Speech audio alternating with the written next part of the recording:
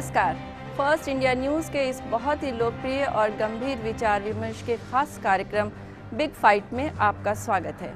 Big fight के 500 episode पूरा होने की खुशी में इस खास एपिसोड की सीरीज़ में आज गेस्ट एडिटर के रूप में मुझे यानी अमृता मौर्य को आमंत्रित किया गया है। बिग फाइट स्पेशल में आज बात होगी 400 साल पुरानी परंपरा पर। इन दिनों शनि शिंगणापुर का मंदिर शनि से ज़्यादा पूजा विधान को लेकर चर्चा में है। चर्चा शुरू करते हुए सबसे पहले मैं निशा सिद्धू जी से पूछना चाहूँगी कि इस पूरे प्रकरण को आप किस नज़रिए से देखती हैं। एक तरफ हम विज्ञान को लें तो हम महिला अंतरिक्ष में पहुंच गई है, और दूसरी तरफ जिस अंतरिक्ष में जाकर हम ये अनुसंधान कर रहे हैं ग्रह नक्षत्रों और उसके भी आगे जाकर जिन चीज़ों पर हमारा रिसर्च चल रहा है, आज अगर हम उसकी पूजा के लिए महिला को प्रतिबंधित कर देते हैं तो ये कैसी सोच है, कितनी दोहरी मानसिकता इसमें आपको नज़र आती है?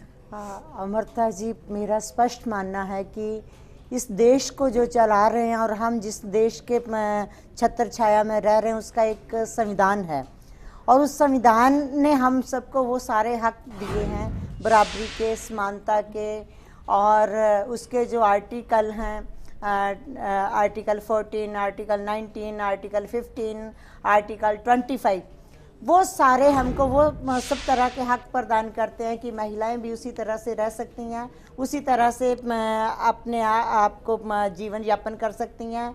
नौकरी से लेके काम से लेके घर परिवार से लेके शिक्षा दीक्षा, वो सारे अधिकार उस संविधान ने हमको दिए हैं। तो मुझे लगता आज के युग के अंदर, आज के दौर में इस तरह की बातें करना बिल्कुल बेमानी है। नहीं तो इसके विरुद्ध मैं इसमें टोकना चाहूंगी, इस पर महिलाएं आक्रोशित हैं और स्टेप भी ले रही हैं। मैं एक बात और कहना चाहती हूँ, जिस अशुद्धि का सवाल ये लोग उठा रहे हैं, तो मुझे तो ये लगता है कि जिस माँ की कोख से पैदा हुए हैं वो माँ, वो औरत है, तो कौन सी अशुद्धि की ये बात कर रहे हैं? उस माँ ने जन्म दिया, आपको पाल पोस के बड़ा किया, तो कौन सी अशुद्धियां रहेगी? यानी तो मैं अगर फालतू के परपंच उनकी बराबरी में ना करें। नहीं, मैं आपकी बात इस तरह से समझ रही हूँ कि क्या अगर 10 वर्ष से लेकर 50 वर्ष तक की महिला अगर अशुद्ध है, मतलब अगर वो प्रजनन क्षमता पा जाती है तो अशुद्ध हो जाती है, तो उससे जो उत्पत्ति हुई है संतान की, आपका कहना है कि वो भी अशुद्ध होनी चाहिए, वो भी अशुद्ध है, आप ये कहना चाह रहे हैं? नहीं, मैं ये नहीं कह रही, कोई अशुद्ध है ही नहीं। शुद्धि अशुद्धि का यहाँ कोई सवाल ही नहीं, प्रश्न ही नहीं उठता है। मैं तो ये कह रही हूँ कि जब उस माँ की कोख से आप पैदा हुए तो कौन सी शुद्धि और शुद्धि की बात कर रहे हो? औरत को वो सारे हक प्राप्त हैं, आप देश के संविधान से ऊपर हो ही नहीं सकते। और सदियों से जिस तरह से औरतों को बंधनों में जकड़ा, बड़ी मुश्किल से तो वो तोड़ के बहुत आगे निकली हैं। और हम अगर औरतों के संघर्ष का इतिहास देखें, हम हर साल 8 मार्च को अंतर्राष्ट्रीय महिला दिवस मनाते हैं, बहुत झंडे गाड़ते हैं, औरतों को देवी बना के पेश करते हैं। तो ना बनाएं देवी, लेकिन औरतों के उस संघर्ष को याद कीजिए कि हमने ये लड़ के प्राप्त किए हैं पूरी दुनिया के अंदर औरतों ने। तो आज जब वो बराबरी पे आ खड़ी हुई हैं तो वो बर्दाश्त नहीं हो रहा है आपसे। आप औरतों को आर्टिकल 25 वो सारे हक देता है कि आप चाहे वो धार्मिक स्थल हो, चाहे कोई प्रचार प्रसार करना हो, तो आप आर्टिकल 25 के माध्यम से कर सकते हैं। तो इसलिए पूजा अर्चना से लेके किसी मंदिर में प्रवेश तक वो सारे अधिकार संविधान ने दिए हैं, तो कौन होता कोई रोकने वाला? नहीं, लेकिन इस पर अभी तो केरल का मामला है, उसमें अभी सुनवाई चल रही है।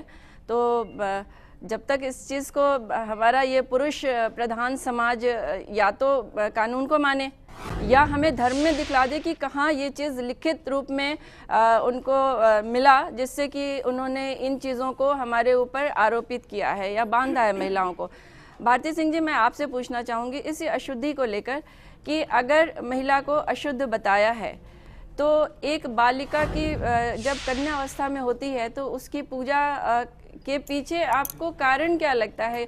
क्योंकि हम ये मानते हैं कि वो सृष्टि का सृजन करती है, वो सृजन करता है। अगर ये बालिका आगे चल के सृजन की शक्ति खो देती है, उसके पास सृजन क्षमता नहीं रहेगी, तो हमारी सृष्टि खत्म हो जाएगी। और जैसे वो क्षमता पा लेती है वो अशुद्ध हो जाती है, 50 वर्ष तक वो अशुद्ध है, उसके बाद अचानक वो शुद्ध हो जाती है। तो आप इसको किस तरह से लेती हैं क्या बालिका, क्योंकि आप समाज में जाते हैं, आप महिलाओं को, बच्चों को आप शिक्षित कर रहे हैं गरीब क्षेत्रों में जाकर, गरीब घरों में जाकर, लेकिन ये समस्या तो शायद गरीब अमीर से कहीं जुड़ी ही नहीं है, सभी के लिए है। आप किस नज़रिए से देखते हैं? ये एक नेचुरल प्रोसेस है और इस नेचुरल प्रोसेस को कोई भी शायद चैलेंज नहीं कर सकता है, क्योंकि ये गॉड गिफ्टेड है।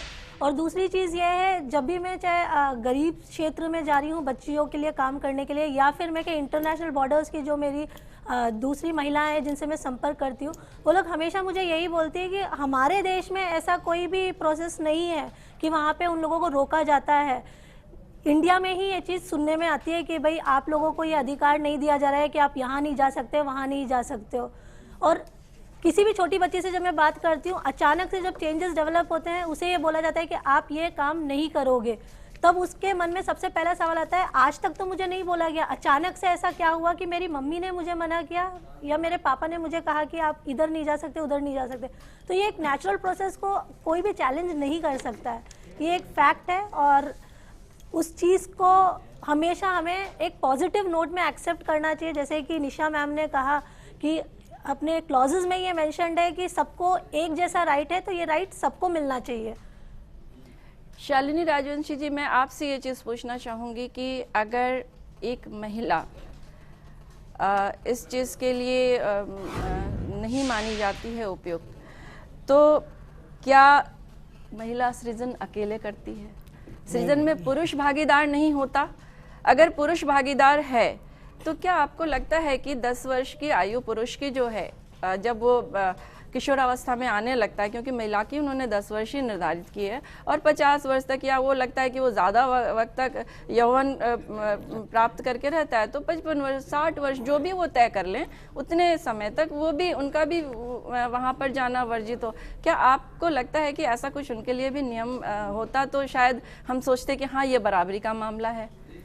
नहीं, देखिए, बराबरी की मैं बात जहाँ तक करूँ, हमारे सालों पुरानी आपको कथा बताती हूँ। राम को हवन करना था, हवन उनका पूरा नहीं हो सकता था जब तक कि उनकी अर्धांगिनी सीता उनके साथ ना बैठे।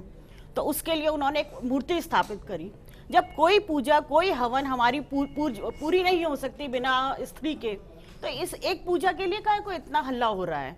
और साथ में पति पत्नी मिलकर साथ में हर कार्य करते हैं, चाहे नए बच्चा पैदा हो या कोई भी और भी एक्टिविटीज हो, तो उसके लिए पति पत्नी 2 जने ही मिलकर कोई कार्य करेंगे। इसमें पति को अलग, पुरुष को एक अलग वो स्थान दे दिया जाए और स्त्री को अलग कि तुम ये नहीं कर सकते, तुम वो नहीं कर सकते।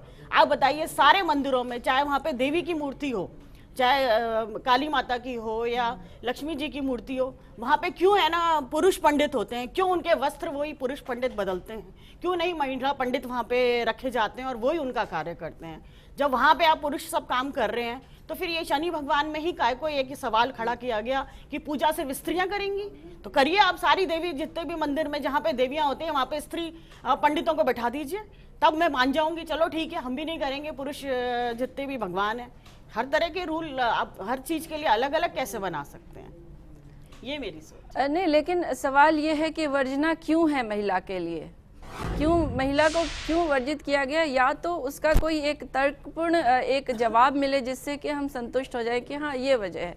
आप देखिए, आप जब हम घर में भी पूजा करते हैं, त्यौहार होता है, व्रत होता है, स्वच्छता का बहुत ध्यान रखा जाता है। हम शौच जाते हैं, हम और भी काम करते हैं, तो पूरी तरह स्वच्छ होकर, नहा धोकर उसके बाद ही पूजा पर बैठते हैं। तो ये मान्यता तो सबके लिए है, चाहे वो घर में पुरुष हो या महिला। तो हम मंदिर में भी यही चीज़ चाहते हैं कि हमें बराबरी का अधिकार मिला। अब महिला अगर कोई पंडित वहाँ नहीं है, नहीं नियुक्त होती है, या महिला पंडित नहीं रखी जा सकती, वो स्वेच्छा की बात है कि महिला पंडित नहीं है वहाँ, लेकिन वर्जित कर दिया जाए कि आपको नहीं जाना है, उस जगह रोक दिया जाए, दोनों अलग अलग चीज़ें हैं। मेरा मानना ये है कि इसमें रोकना नहीं चाहिए। मैं इसमें प्रतिभा गुप्ता जी से पूछना चाहूँगी कि आपको क्या लगता है कि ये पुरुषों द्वारा निर्धारित की हुई जो सीमा रेखाएं हैं महिलाओं के लिए, इसमें वो जहाँ जहाँ उन्हें मन आता है, मन मर्जी से वो वहाँ पर एक बैरियर लगा देते हैं कि बस महिलाएं यहाँ तक, और जहाँ मर्जी आती है वहाँ महिलाओं को छूट देते हैं। कुल मिलाकर ये कि जब कोई भी अंधविश्वास, कोई भी मान्यता, कोई भी रोक या कोई भी छूट, वो सारा तय पुरुष ही करता है। ऐसा क्यों है?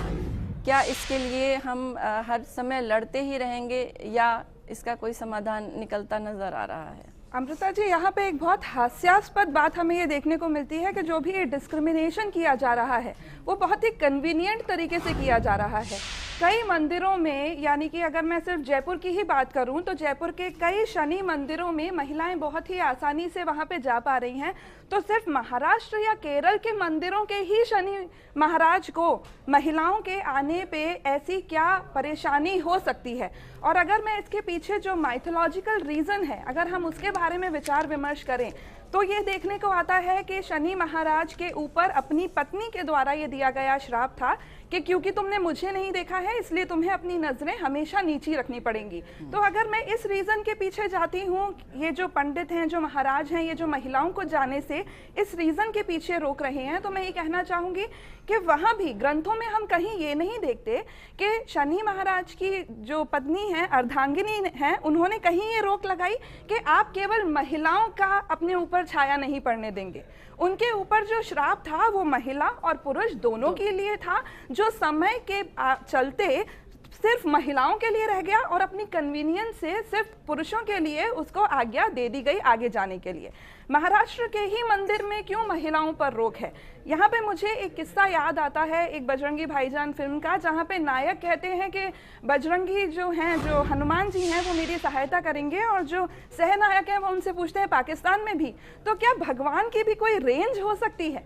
क्या महाराष्ट्र के भगवान ये नहीं चाहते कि महिलाएं मेरे मंदिर में प्रवेश करें और कहीं और राजस्थान के या उत्तर प्रदेश के भगवान इसकी अनुमति देते हैं? तो कहीं ना कहीं इसमें कॉन्ट्राडिक्शन देखने को मिलता है। और जैसा कि मैम ने बताया, हमारे जितने भी संविधान में अगर हम सेक्शन 14 की बात करें या 24 की बात करें, हम अगर लॉ के अकॉर्डिंग चलते हैं तो भी हमें ये कहीं देखने को नहीं मिलता कि महिलाओं को किसी भी जगह जाने में रोक है।